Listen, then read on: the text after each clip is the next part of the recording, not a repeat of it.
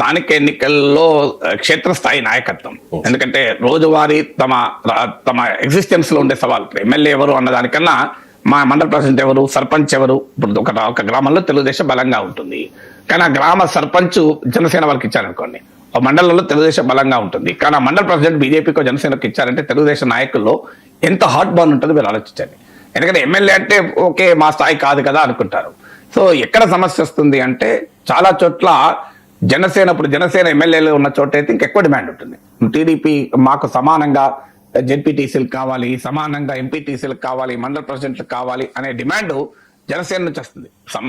జనసేన ఎమ్మెల్యేలు ఉన్న చోట మాకే ఎక్కువ షేర్ ఉండాలని కూడా రావచ్చు.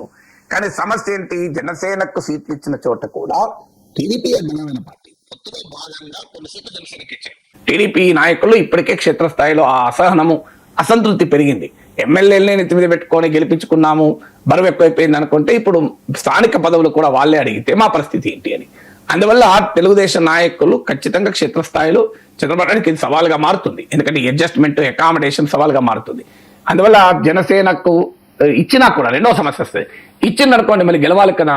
ఇప్పుడు జనసేనకోమో ఆర్గనైజేషన్, క్షేత్రస్థాయి బలం లేదు, బలం ఉన్నది టీడీపీకి. జనసేన ఎమ్మెల్యేలను కూడా టీడీపీ వాళ్ళు గెలిపించిందే కదా.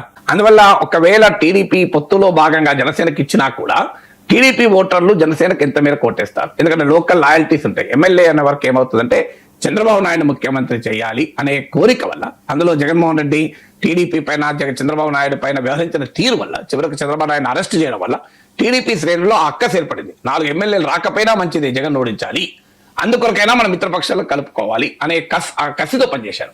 కానీ ఇప్పుడు క్షేత్రస్థాయికి వచ్చేవరకు ఏమవుతుందంటే వేరే పార్టీల వాళ్ళు కూడా టీడీపీ తరఫున టికెట్ రాకపోతే పక్క వేరే వైసీపీపై కూడా పోటీ చేయొచ్చు.